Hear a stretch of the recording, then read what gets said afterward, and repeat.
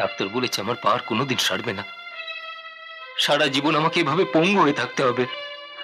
না, বন্ধা নারী হয়ে আমার মেয়ের মুখে মিষ্টি তুলে দিলে। যদি ওর অমঙ্গল হয়, যদি সন্তানটা নষ্ট হয়ে যায়। তোমার সঙ্গে যদি আমার রক্তের সম্পর্ক হতো, তাহলে যে মুখ দিয়ে তুমি বৌদিকে বন্ধা নারী বলেছো, সেই মুখে আমি তোমাকে ঠাসি একটা চড় মারতাম। প্রতিশোধের নেশায় মানুষ পাগল হয় জানি, কিন্তু আপনি আপনার প্রতিশোধ নেবার জন্য আমাকে ব্যবহার করে আমারই বুকে আঘাত করলেন। আপনি কি অস্বীকার করতে পারবেন যে আমি 7 পাক ঘুরে সুমনকে স্বামী হিসেবে বরণ করিনি? আপনি কি অস্বীকার করতে পারবেন যে সুমনের দেয়া শাখা সিঁদুর আমার হাতে নেই? আপনি কি অস্বীকার করতে পারবেন যে সুমনই আমার জীবনের একমাত্র ঠিকানা নয়? আরে তুমি তো দেখছি সুমন আর তোমার বিয়েটাকে সিরিয়াসলি মেনে নিয়েছো। হ্যাঁ, আরে আমি তো তোমাদের বিয়েটাকে নিয়ে একটা পুতুল খেলা খেলেছিলাম। পুতুল খেলা? আমার এই শীতের সিঁদুর কি আপনার পুতুল খেলার পথে ঠুলো? আপনি সুমনকে পঙ্গু করে দিতে চেয়েছেন, কিন্তু ভাবেননি সুমনের পা ভাঙতে গিয়ে আমার বুকের পাঁজরের প্রত্যেকটা হাড় আপনি ভেঙে দিয়েছেন। ভাষণ বন্ধ করো, তোমার ভাষণ শোনার মতো সময় আমার হাতে নেই। শুনতেই হবে, কারণ এটা ভাষণ নয়। আর আমার ভাষণ শোনার মতো সময় যদি আপনার না থাকে, তাহলে আপনার কোনো কথা আমার শোনার মতো সময় থাকবে না। তাই তাহলে প্রমাণ হয়ে যাক। এই কে আছিস? চৈতির বোনকে নিয়ে এসে ওর দিদির সামনে ওর পিঠের চামড়াটা তুলে নেয়।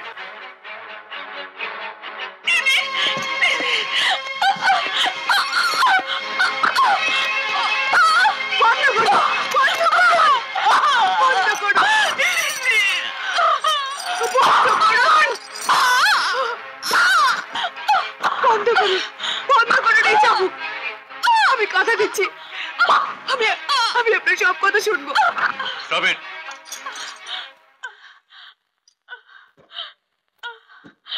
দিদি,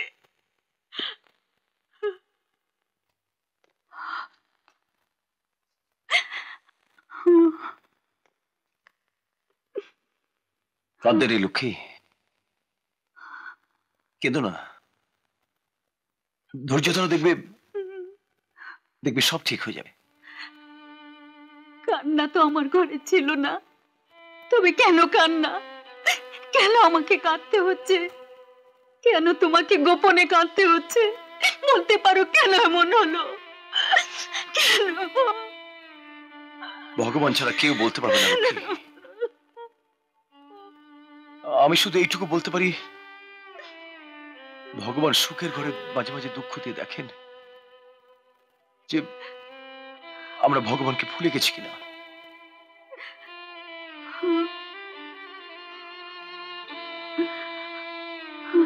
তুমি তো কোনো পাপ করনি, কোনো অন্যায় করনি। সমস্ত দুঃখ যন্ত্রণা তুমি হাসি মুখে মেনে নিয়েছো। দেখবে তোমার তো অবশ্য মিথ্যা হবে না।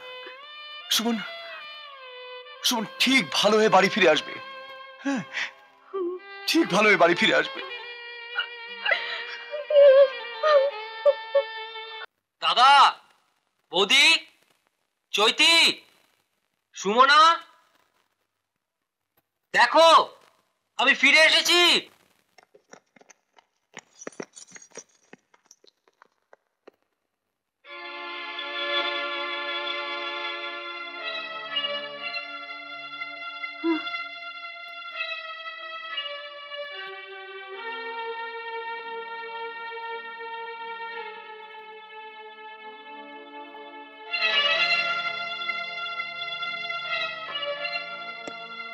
বৌদি, ডাক্তার বলেছে আমার পা আর কোনোদিন সারবে না, সারা জীবন আমাকে এভাবে পঙ্গু হয়ে থাকতে হবে। না,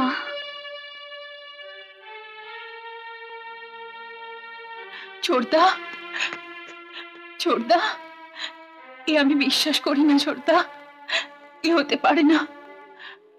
দাদা বৌদির এত ত্যাগ বিফলে যাবে? তুই শুধু একবার বল তুই ভালো হয়ে গেছিস। একবার বল তুই ভালো হয়ে গেছিস ছোটদা।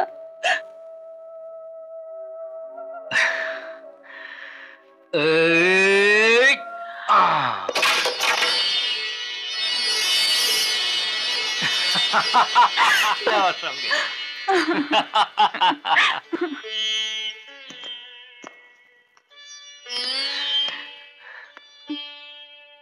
বৌদি, তোমাদের সবাইকে চমক দেওয়ার জন্য আমি এই মিথ্যে কথা বলেছিলাম।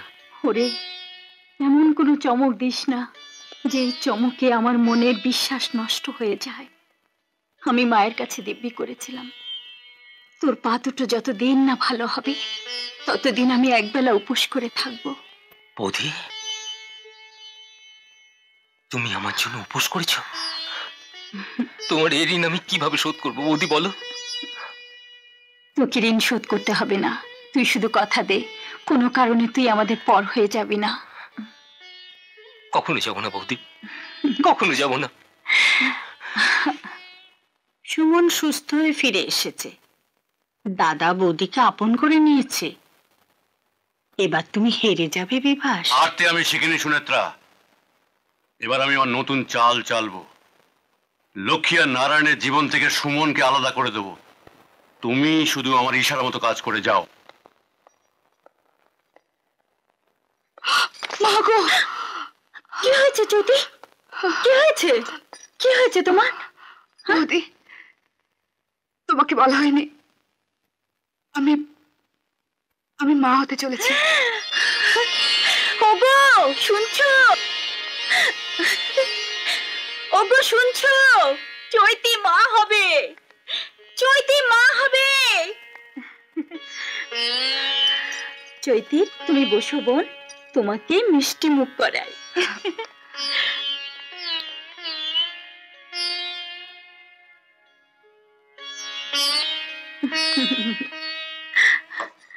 এই সংসারে প্রথম সুখের প্রদীপ আসছে, তুমি মিষ্টি খাও বোন। এ তুমি কি করলে? বন্ধা নারী হয়ে আমার মেয়ের মুখে মিষ্টি তুলে দিলে। যদি ওর অমঙ্গল হয়, যদি সন্তানটা নষ্ট হয়ে যায়,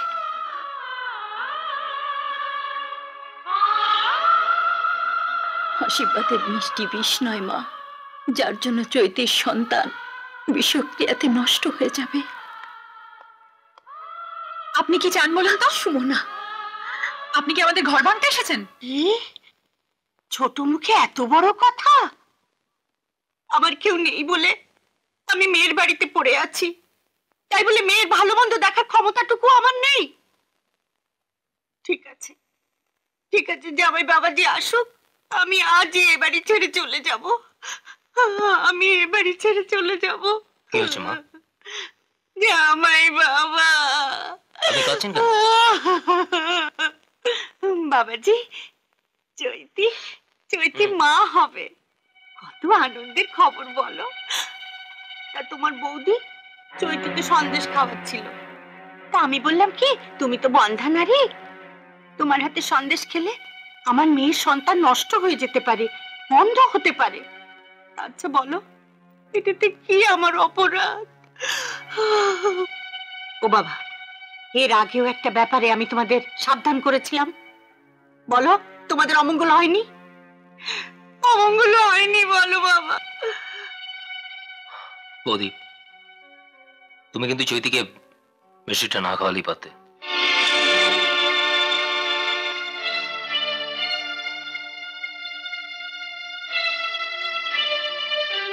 ছোট্টা, আমার ভাবতে অবাক লাগছে রে, তুই এত বদলে গেছিস। যে বৌদির একটু দুঃখ কষ্ট তুই সহ্য করতে পারতিস না, আর সেই বৌদিকে তুই যন্ত্রণার আগুনে পুড়িয়ে মারছিস। সর্দা,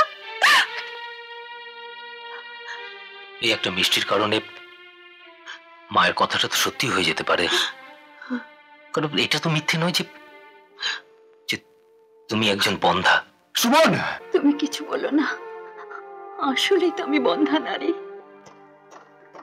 বাহ বাহ সুমন, বাহ, এই না হলে ভাই।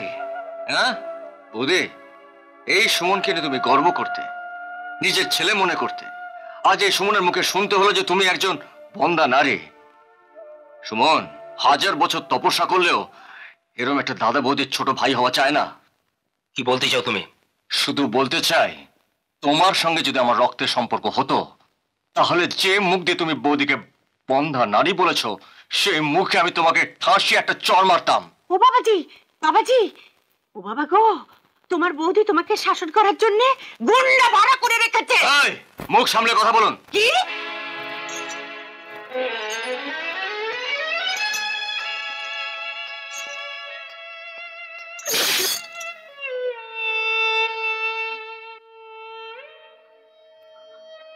তুমি আমাদের মাঝে কথা বলার কে? তোমাকে একটু আদর করি বলে তুমি আমাদের সংসারের ব্যাপারে কথা বলবে? যাও, বেরিয়ে যাও। কখনো মিথ্যে অধিকার দেখানোর জন্য এখানে আসবে না।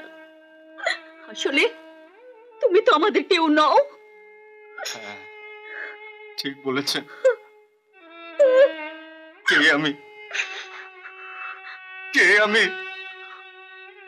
আপনাদের সঙ্গে আমার তো কোনো রক্তের সম্পর্ক নেই, আসলে কোনো মমতার বাঁধনও নেই। আমি আমার যোগ্যতার বাইরে অধিকার দেখিয়ে ফেলেছিলাম। আমি ভুলে গেছিলাম ওর কখনো আপন হয় না। আমি ভুলে গেছিলাম আমি আপনাদের কেউ নই। আমি আপনাদের কেউ নই।